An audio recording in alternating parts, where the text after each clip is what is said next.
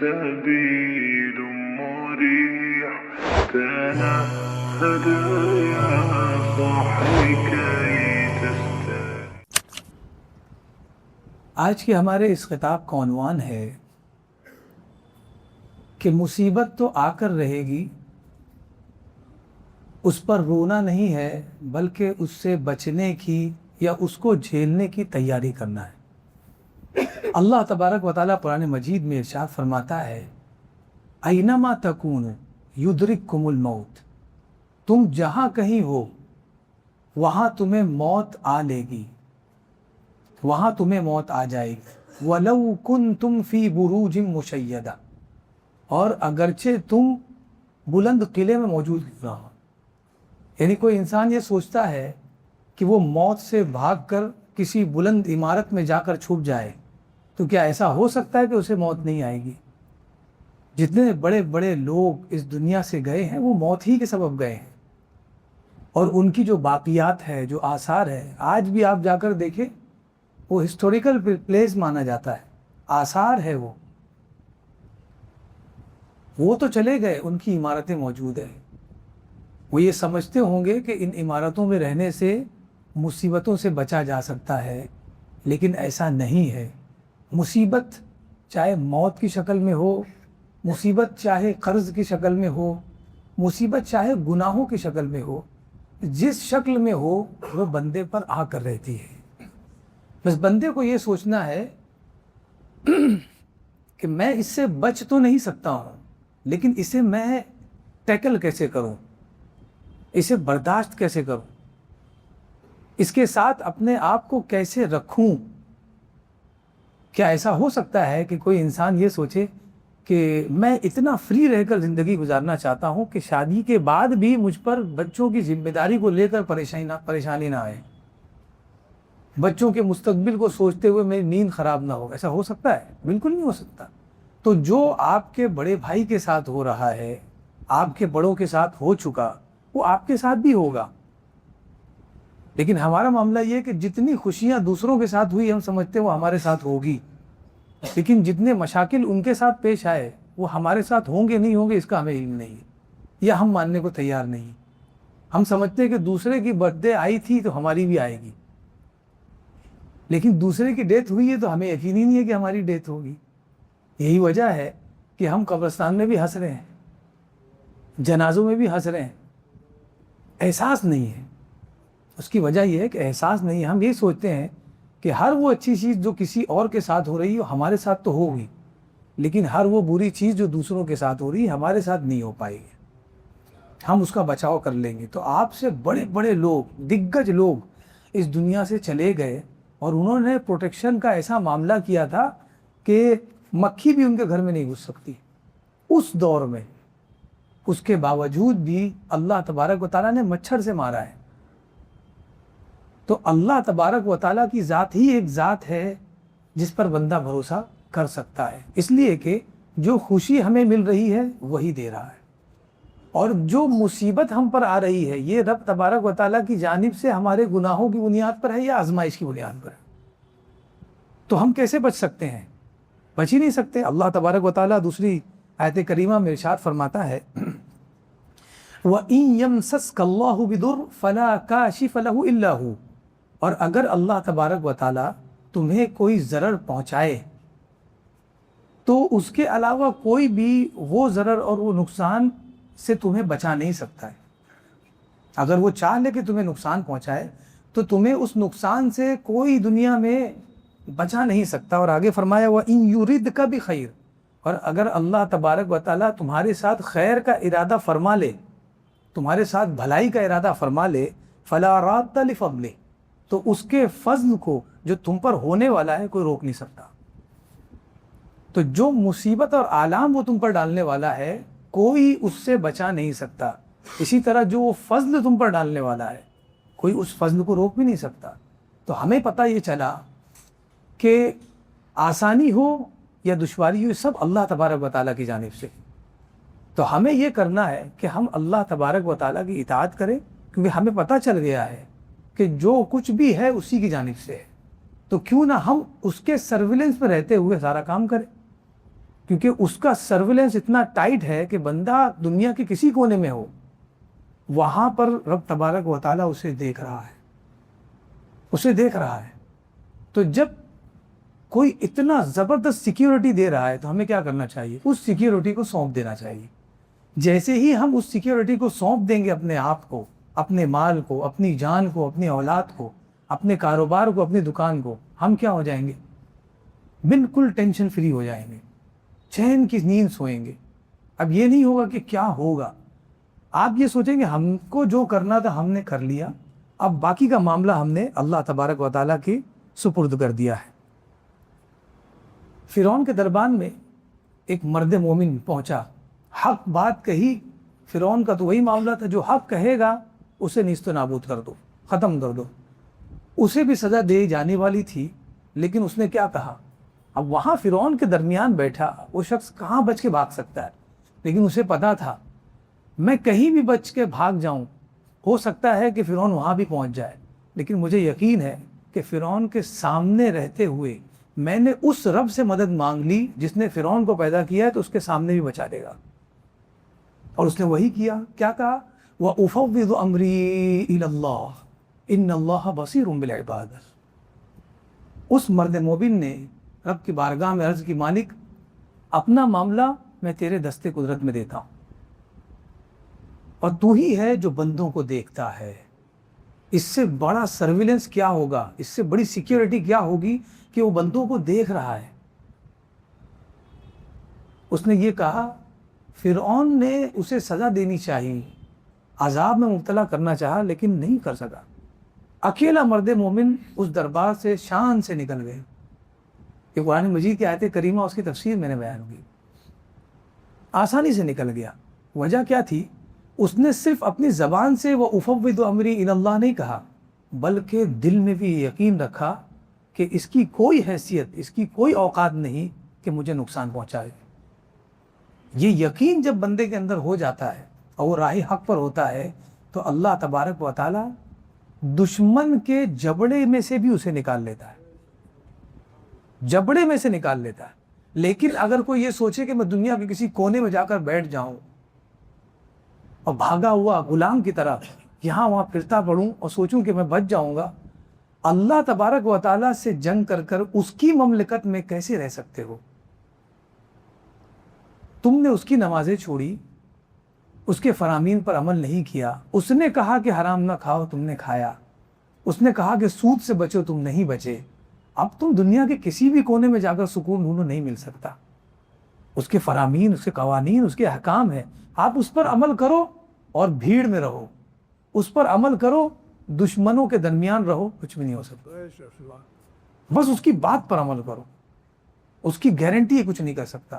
اور اگر کسی نے کچھ کر بھی دیا، کربلا کا واقعہ دیکھیں، شہید ہو گئے تو مرتبہ ایسا دیں گے کہ تمہیں لوگ شہید کہیں گے، اور تمہیں اس دنیا سے جانے سے پہلے ہی تمہارا مکان جنت میں بنا دیں گے، اور جو زندگی تمہیں ملی تھی وہ 65 سال 70 سال 80 سال کی ہوگی، اب تمہیں جو زندگی دینے والے ہیں وہ ہمیشہ کی ہوگی، اور وہ کہیں اور نہیں، جنت میں ہوگی۔ ورنہ آپ ذرا سوچئے، ہم تو اللہ تبارک و تعالیٰ کو یہی تک مانتے ہیں کہ ہمیں مشکل سے بچا لے تو وہ ہمارا رب ہے۔ صحابہ تو ہتھیلی پر جان لے کر نکلتے تھے، وہ یہ سمجھتے تھے کہ اگر بچ گئے تو بھی میرے رب نے بچایا، اور اگر اس دنیا سے چلے گئے تو اور بڑی نعمت ہے، وہ تو جنت میں لے جا رہا ہے۔ لیکن ہمیں یہ جنت چھوٹتی نہیں ہے، ہم کہتے ہیں کہ سب کچھ ہو جائے لیکن مرنا نہیں ہے، اور اسی مرنے کے ڈر نے ہمیں بزدل بنا دیا ہے۔ اسی مرنے کے ڈر نے ہم سود سے بچ نہیں پا رہے ہیں۔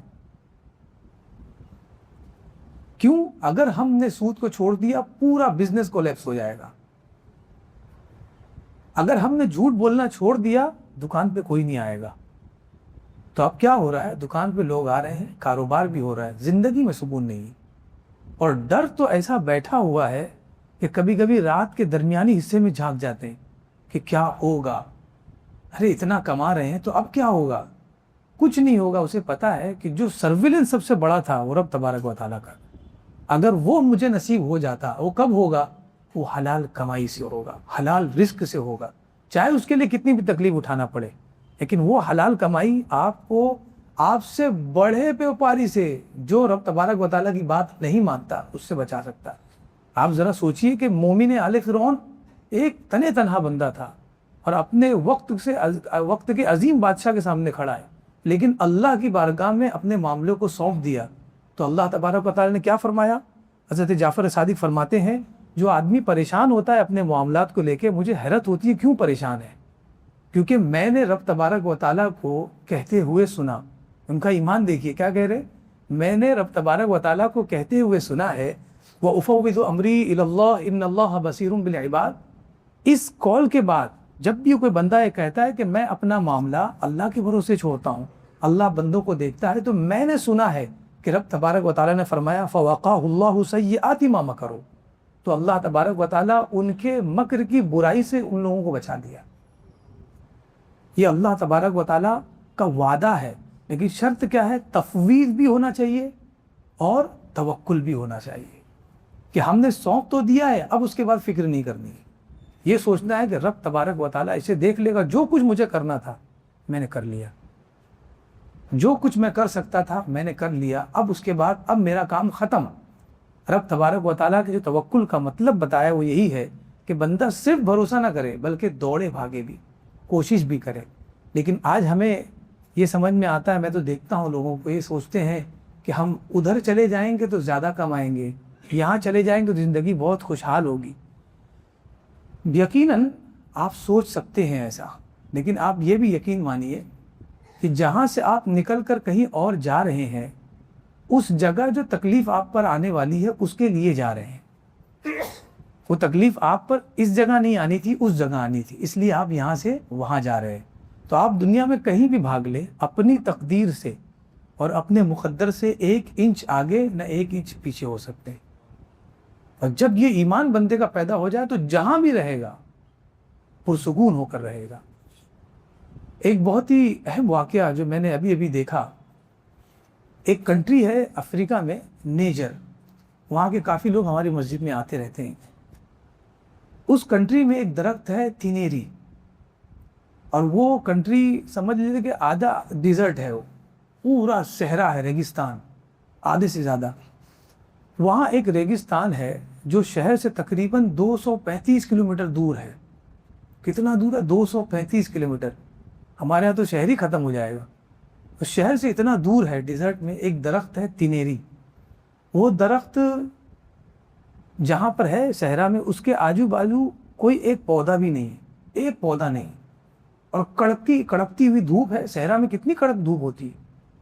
تو وہ درخت نیجر میں ہے، درخت کا نام تینیری ہے، اور وہ تقریباً 300 سال سے کھڑا ہے۔ جتنا سال اصحاب کہف غار میں رہے اتنے سال سے وہ کھڑا ہے، کوئی اس کو پانی وانی نہیں ڈالتا ہے۔ وہاں لوگ خود پانی کے لیے پریشان ہیں، وہاں کہاں جائیں گے صحرا میں پانی ڈالنے کے؟ 300 سال سے وہ کھڑا ہے۔ اب معلوم پڑ رہا ہے کہ وہ نیجر جو کنٹری ہے اس کے اندر جو کیپٹل ہے نیامی، وہاں پر جو متحف ہے، میوزیم، آج وہ درخت اس میوزیم میں رکھا ہوا ہے۔ ہوا یہ تھا کہ ایک شخص تھا جو شہر سے گاڑی چلاتے ہوئے نکلا، ڈرائیور تھا، اور اس نے شراب پی رکھی تھی۔ گاڑی چلاتے ہوئے شہر سے بہت دور نکل گیا، صحرا میں آ گیا، اور صحرا میں گاڑی چلاتا رہا، یہاں تک کہ پورا صحرا چھوڑ کر اس کی گاڑی جا کر اس درخت سے ٹکرائی اور وہ درخت ٹوٹ گیا۔ تقریباً 35 میٹر زمین کے اندر اس کی جڑیں تھیں، اور وہاں جو پانی کا خزانہ تھا وہاں سے وہ پانی اخذ کرتا تھا۔ کسی درخت میں اتنی طاقت نہیں تھی، اسی وجہ سے وہ زندہ تھا۔ لیکن ایک دن ایک گاڑی والا وہاں سے گزرتا ہے، اور وہ شراب پیا ہوا تھا۔ پورا صحرا چھوڑ کر اس کی گاڑی کہاں جا کر ٹکراتی؟ اس درخت سے۔ آپ ذرا سوچیے، پورا صحرا ہے، پورا ڈیزرٹ ہے، کہیں ٹکرا نہیں ہوئی، گاڑی کہاں جا کر ٹکرائی؟ اسی درخت سے، اکیلے درخت سے۔ یعنی آپ اگر نشانہ بھی لینا چاہیں تو اس کو نہ لے سکے، لیکن یہ بندہ اندازے سے وہاں پہنچ گیا۔ وجہ کیا ہے؟ اس کا وقت آ گیا تھا۔ یہ واقعہ ہمیں بتاتا ہے کہ آپ دنیا کے کسی کونے میں چلے جائیں، مصیبت سے بچنے کے لیے آپ نہیں بچ سکتے، آنی تو ہے۔ بس شرط کیا ہے کہ بندہ یہ جان لے کہ مصیبت تو آنی ہے، لیکن جو رب تبارک و تعالیٰ ہے، جو مصیبتوں سے بچاتا ہے، بھیجتا بھی وہی ہے اور بچاتا بھی وہی ہے. جب ہمیں یہ پتہ چل گیا جب بھیجنے والا وہ ہے تو پروٹیکشن کون کرے گا؟ وہی کرے گا، بچائے گا بھی وہی. تو بندہ جب اس کی ذات پر بھروسہ کر لیتا ہے تو اب اسے کہیں جانے کی ضرورت نہیں ہوتی. وہ جہاں ہو رب تبارک و تعالیٰ اسے حفاظت میں رکھتا ہے اور اپنے امان میں رکھتا ہے. تو دنیا کے کسی کونے میں بھی رہے، بس یہ یاد رکھے کہ میں اپنے رب کے احکام پر عمل پیرا ہوں یا نہیں. اگر ہوں تو مجھے کوئی کچھ نہیں کر سکتا. اور اگر آپ سوچیں کہ میں تو بڑا بھروسہ کرتا تھا، میرا تو دھندا ہی چلا گیا، مجھے تو زندگی دوبر ہو گئی ہے، یہی تکلیف ہے جسے آپ کو جھیلنا ہے. کیوں؟ کیونکہ تکلیف بندے کو سنوارنے کے لیے آتی ہے، بگاڑنے کے لیے نہیں آتی. اب جب تم نے اس ذات پر بھروسہ رکھا ہے تو یہ بھی بھروسہ رکھو کہ وہ تمہاری جان نہیں لے گا، تمہارا کام بنا دے گا. ہم دیکھتے ہیں ڈاکٹر کے پاس جاتے ہیں، خود آستین اٹھاتے ہیں، اس سے کہتے ہیں انجیکشن لگاؤ، جبکہ انجیکشن سے درد ہوتا ہے. لیکن ہمیں پتہ ہے یہ درد ٹیمپرری ہے، اس کے بعد جو آرام ملے گا اس کا مزہ ہی کچھ اور ہوگا. بس یہی ہے کہ زندگی میں جب بندہ ویک ہونے لگ جاتا ہے، آئرن کی کمی ہوتی ہے، ٹینشن زیادہ ہو جاتا ہے، تو اللہ تبارک و تعالیٰ بجائے اس کو آرام دینے کے اور تکلیف دیتا ہے. جب اس پر تکلیف آتی ہے تب اسے پتہ چلتا ہے کہ میں کیا کر سکتا ہوں. اس سے پہلے وہ سویا تھا، غفلت میں تھا. تکلیف آنے کے بعد اسے یہ ریئلائز ہوتا ہے کہ میں تو بڑا کمال کا انسان تھا، میں تو غفلت میں سویا ہوا تھا. اس تکلیف نے مجھے جگایا اور بتایا کہ میں بہت کچھ کر سکتا ہوں. اللہ تبارک و تعالیٰ کی بارگاہ میں دعا ہے کہ مولا کریم ہمیں اس کی ذات پر بھروسہ کرنے کی توفیق رفیق عطا فرمائے، ہر حال میں اس کے احکام پر عمل کرنے کی توفیق رفیق عطا فرمائے. وما علینا الا البلاغ المبین.